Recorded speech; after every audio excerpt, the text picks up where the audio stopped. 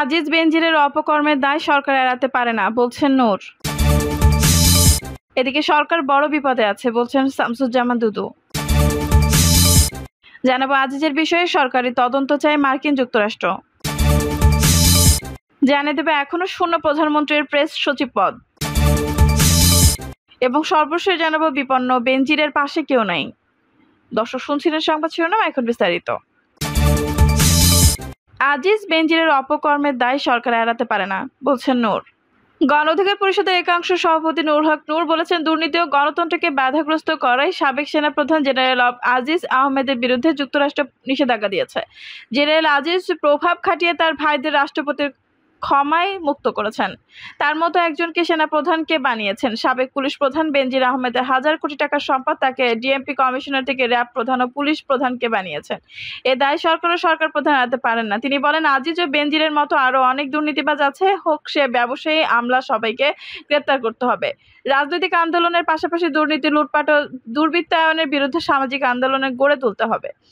সামাজিক আন্দোলনকে রাজনৈতিক আন্দোলনে পরিণত করে রাজপথে তরুণের বিপ্লবে ফ্যাসিবাদের পতন ঘটাতে হবে। তার জন্য রাজপথে সাহসী নেতৃত্ব প্রয়োজন। মুক্তিযুদ্ধের মতো তরুণদের এগিয়ে আসতে হবে। সরকার বড় বিপদে আছে, বলছেন শামসুজ্জামান দুদু।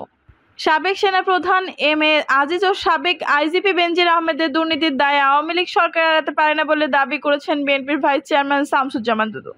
দুদু বলেন, সরকার বড় বিপদে আছে। গতকাল দখলদার সরকারের প্রধানমন্ত্রী সাদা চামড়া প্রসঙ্গে যে কথা বলেছেন সেটা অত্যন্ত মারাত্মক।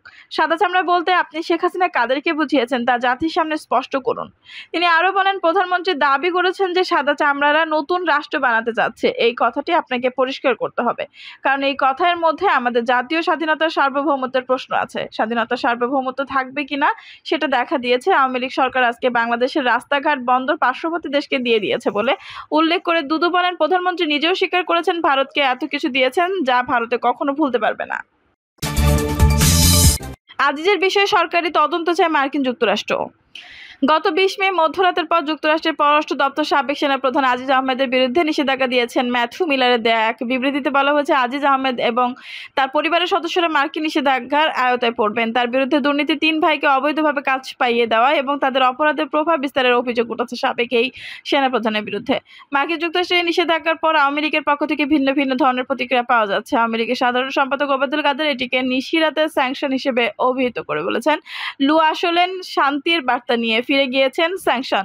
গতকাল প্রধানমন্ত্রী শেখ হাসিনা মার্কিন যুক্তরাষ্ট্রের বিরুদ্ধে অবস্থান ব্যক্ত করেছেন। তিনি বলেছেন, দেশের অংশ ভাড়া দিয়ে আমি ক্ষমতায় যেতে চাই না। স্পষ্টতই মার্কিন যুক্তরাষ্ট্রের প্রতি ইঙ্গিত করে তিনি এই ধরনের বক্তব্য দিয়েছেন। অবশ্যই পররাষ্ট্রমন্ত্রী মার্কিন যুক্তরাষ্ট্রের নিষেধাজ্ঞার পর এটিকে ব্যক্তির উপর নিষেধাজ্ঞা হিসেবে অভিহিত করেছেন। তিনি এটিও দাবি করেছেন, নিষেধাজ্ঞার বিষয়টি যুক্তরাষ্ট্র আগে থেকে বাংলাদেশকে অবহিত করেছেন। স্বরাষ্ট্রমন্ত্রী আসাদুজ্জামান খান বলেছিলেন, এটি ব্যক্তির উপর নিষেধাজ্ঞা। এই ধরনের নিষেধাজ্ঞা মার্কিন যুক্তরাষ্ট্র বিভিন্ন সময় বিভিন্ন ব্যক্তির উপর দিয়ে থাকে। তবে নিষেধাজ্ঞা দেওয়ার পর মার্কিন যুক্তরাষ্ট্র আজিজ আহমেদের বিরুদ্ধে উত্থাপিত অভিযোগগুলো নির্মোহ এবং সুষ্ঠু তদন্ত চায় বলে জানা গেছে। মার্কিন যুক্তরাষ্ট্রের পক্ষ থেকে বাংলাদেশের পররাষ্ট্র দপ্তর এবং ওয়াশিংটন অবস্থিত বাংলাদেশ দূতাবাসকে এই বিষয়ে অবহিত করা হয়েছে বলে জানা গেছে। একজন কূটনীতিক বলেছেন, এর আগে 2021 সালে যখন র্যাবের উপর নিষেধাজ্ঞা আরোপ করা হয়েছিল তখনও বলা হয়েছিল র্যাবের বিরুদ্ধে যে আনীত অভিযোগগুলো রয়েছে বিশেষ করে গুম, বিচার বহির্ভূত হত্যাকাণ্ড তার নির্মোহ তদন্ত করা দরকার এবং র্যাবের শুদ্ধিকরণের ব্যাপারে মার্কিন যুক্তরাষ্ট্র সুনির্দিষ্ট কিছু প্রস্তাবনা দিয়েছিল। এখন র্যাবের উপর নিষেধাজ্ঞা প্রত্যাহার করা হবে কিনা তা নির্ভর করছে মার্কিন যুক্তরাষ্ট্র যে মানদণ্ড এবং শুদ্ধিকরণ ফর্মুলা দিয়েছিল তার কতটুকু বাস্তবায়ন হয়েছে তার উপর। একইভাবে আজিজ আহমেদের বিরুদ্ধে যে অভিযানগুলো উঠেছে সেই অভিযানগুলো নির্মোহ তদন্ত সরকারের করতে হবে বলে মার্কিন যুক্তরাষ্ট্র মনোভাব ব্যক্ত করেছে। তার বিরুদ্ধে যে অভিযোগগুলো উপস্থাপন করা হয়েছে সেই অভিযোগগুলোর মধ্যে রয়েছে তিনি বিজিবির প্রধান এবং সেনাপ্রধান থাকা অবস্থায় প্রভাব খাটিয়ে তার 3 ভাইকে অপরাধ। অভিযোগ উঠেছে যে তার ভাইদের মধ্যে অত্যন্ত একজন তাদের নাম, পিতার নাম এবং ঠিকানা বদলে জাতীয় পরিচয়পত্র এবং পাসপোর্ট করেছেন। এটি যদি সত্যি হয় তাহলে সরকারকে তদন্ত করতে হবে, তাদেরকে আইনের আওতায় আনতে হবে। দ্বিতীয় অভিযোগে বলা হয়েছিল, আজিজ আহমেদ বিজিবির প্রধান এবং সেনাপ্রধান থাকা অবস্থাতে প্রভাব খাটিয়ে তার ভাইদেরকে বিভিন্ন কাজ পাইয়ে দিতে সহযোগিতা করেছেন। এই অভিযোগের ব্যাপারে তদন্ত চায় মার্কিন যুক্তরাষ্ট্র। তবে বাংলাদেশ সরকার এখন পর্যন্ত এই অভিযোগগুলোর ব্যাপারে কোনো পদক্ষেপ গ্রহণ করেনি। বাংলাদেশ পক্ষ থেকে আজিজ আহমেদের বিরুদ্ধে মার্কিন যুক্তরাষ্ট্রের আনীত অভিযোগগুলো তদন্ত করা হবে কিনা সে সম্পর্কে সুস্পষ্ট কোনো বার্তা দেওয়া হয়নি। এখনো শূন্য প্রধানমন্ত্রীর প্রেস সচিব পদ। গত 10 মার্চ প্রধানমন্ত্রীর প্রেস ইয়াহসানুল করিম হেলাল মৃত্যুবরণ করেন। তার মৃত্যুর 2.5 মাস পেরিয়ে গেছে। এখন পর্যন্ত প্রধানমন্ত্রী কোনো নতুন প্রেস সচিব নিয়োগ দেওয়া হয়নি। স্পিচ রাইটার হিসেবে নজরুল ইসলাম এখন দায়িত্ব পালন করছেন, কিন্তু তাকেও প্রেস সচিব হিসেবে পদায়ন করা হয়নি। 2.5 মাস ধরে প্রধানমন্ত্রী প্রেস সচিবের মতো গুরুত্বপূর্ণ একটি পদ শূন্য হয়ে আছে। কে প্রেস সচিব হবেন এই নিয়ে নানামুখী জল্পনা কল্পনা ছিল প্রথম দিকে। এখন যে জল্পনা কল্পনা থিতিয়ে গেছে। প্রধানমন্ত্রী প্রেস সচিব অত্যন্ত গুরুত্বপূর্ণ একটি পদ। প্রধানমন্ত্রীর ব্যক্তিগত কর্মকর্তা গণমাধ্যমের সঙ্গে প্রধানমন্ত্রী কার্যালয়ের সম্পর্ক, প্রধানমন্ত্রীর বক্তব্য এবং প্রধানমন্ত্রীর প্রচারণার বিভিন্ন কাজের দায়িত্ব পালন করে থাকেন। কিন্তু এই পদটি দীর্ঘ 2.5 মাস ধরে শূন্য থাকায় প্রেক্ষিতে অনেকের মধ্যে প্রশ্ন উঠেছে। একাধিক সূত্র বলছে প্রধানমন্ত্রীর স্পিচ রাইটার নজরুল ইসলামকে প্রেস সচিব হিসেবে নিয়োগ দেওয়া হবে। সেজন্য এই পদটিতে কাউকে নিয়োগ দেওয়া হয়নি। যেহেতু তিনি দায়িত্ব পালন করছেন, এজন্য এ বিষয়ে শূন্যতা অনুভূত হয়নি। তবে এর বিপরীতে মতামত রয়েছে। অনেকে মনে করছেন যদি নজরুল ইসলামকে সত্যি সত্যি প্রধানমন্ত্রীর প্রেস সচিব হিসেবে নিয়োগ দেওয়া হতো তাহলে এতদিন অপেক্ষা করা হতো না, আর বহু আগে নিয়োগ দেওয়া হতো।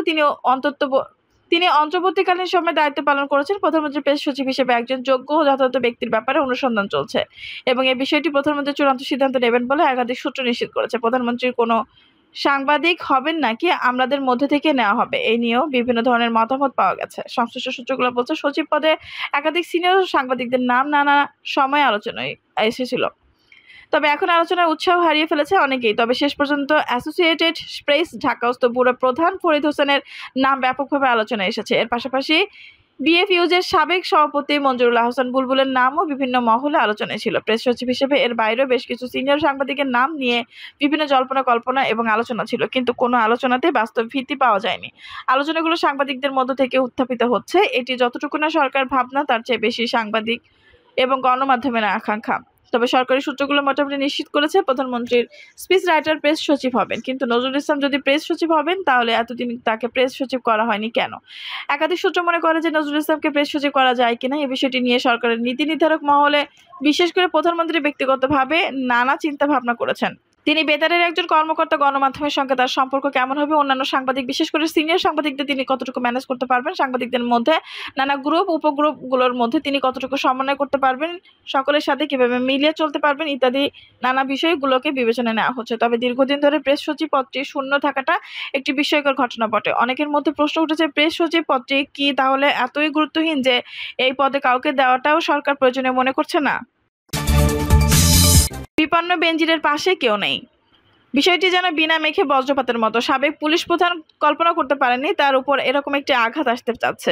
গতকাল বিকেলে ঢাকা মহানগর আদালতের স্পেশাল জজ মোহাম্মদ আসামস জগলুল হোসেন দুর্নীতি দমন কমিশনে করা এক আবেদনের প্রেক্ষিতে পুলিশের সাবেক মহাপরিদর্শক বেনজির আহমেদ ও তার স্ত্রী ও মেয়ের নাম থাকা স্থাবর সম্পত্তি জব্দ বা ক্রুক করার আদেশ দিয়েছে। আদালতের আদেশটির বিষয়ে দুর্নীতি দমন কমিশনের আইজিপি খুরশিদ আলম খান গণমাধ্যমকে জানান, বেনজির আহমেদের সম্পদ কেনার 83টি দলিল জব্দ করার আদেশ দিয়েছেন আদালত।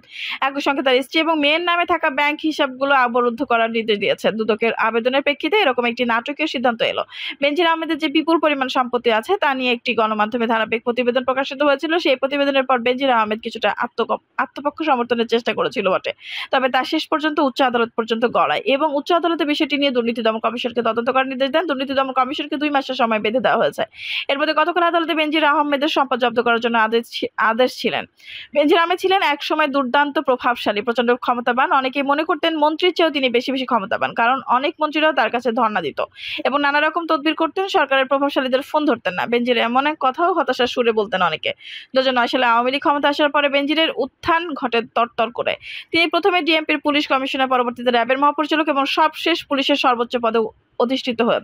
মেধাবী দক্ষ একজন কর্মকর্তা হিসেবে তার সুনাম ছিল, কিন্তু পাশাপাশি তার বেপরোয়া জীবন এবং একটা ড্যাম কেয়ার মনোভাব সকলকে হতবাক করত। তিনি র্যাবের মহাপরিচালক থাকা অবস্থাতেও সরকারের প্রায় নীতি নির্ধারণ অবস্থায় ছিলেন বলে অনেকে মনে করেন।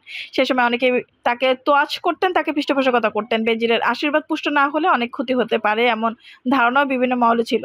কিন্তু সেই বেনজির আহমেদ এখন বিপন্ন, একাকী, তার পাশে কেউ নেই। গতকাল এই ঘটনার পর বেনজির আহমেদ যার সাথে যোগাযোগের চেষ্টা করেছেন কেউই তার ফোন ধরেননি। বেনজির আহমেদকে এখন সকলে এড়িয়ে যাওয়ার চেষ্টা করছেন। বেনজির আহমেদের চাকরি অবসরের পর থেকে তিনি অবশ্যই একটি নীরব জীবনযাপন করছিলেন, কিন্তু নানা কারণে আবার বিতর্কে আসেন এই বেনজির আহমেদ। বেনজির আহমেদের ঘনিষ্ঠরা বলছেন পুলিশের আইজিপি থাকা অবস্থায় তিনি যেভাবে অনিয়ম এবং স্বেচ্ছাচারিতা করেছেন সে কারণে সরকার নীতি নির্ধারক মহল তার উপর রুষ্ট হয়েছেন। তাছাড়া গণমাধ্যমে প্রকাশিত খবরে যেভাবে তার দুর্নীতির ফিরিস্তি প্রকাশিত হয়েছে সেটিও নীতি নির্ধারকের মহলকে চমকে দিয়েছে। কেউ কল্পনা করতে পারেনি বেনজির আহমেদ এত বিপুল পরিমাণ দুর্নীতির আশ্রয় নিয়েছেন এবং এই দুর্নীতিগুলো যে সরকারের ভাবমূর্তিকে নষ্ট করেছে এই ব্যাপারে সরকারের নীতি নির্ধারক মহল নিশ্চিত। সরকারের পক্ষ থেকে এ ব্যাপারে সুস্পষ্ট অবস্থান জানানো হয়েছে যে ব্যক্তির অপরাধের দায় সরকার নেবে না। বেনজিরের বিচার নিজস্ব গতিতে হবে। আর এখানে বিপন্ন হয়ে পড়েছেন এই সময় প্রচন্ড ক্ষমতার এই ব্যক্তিটি, তার পাশে এখন কেউ নেই। ইতিমধ্যে মার্কিন যুক্তরাষ্ট্র বেনজির আহমেদের বিরুদ্ধে নিষেধাজ্ঞা দিয়েছেন। এখন দুর্নীতি দমন কমিশন তার সব সম্পত্তি জব্দ করলো। এর ফলে এরকম দুর্দশাগ্রস্ত অবস্থান পড়লেন একদা দুর্দান্ত ক্ষমতাশীল ব্যক্তিটি। এই সময় তার পাশে কেউই নেই।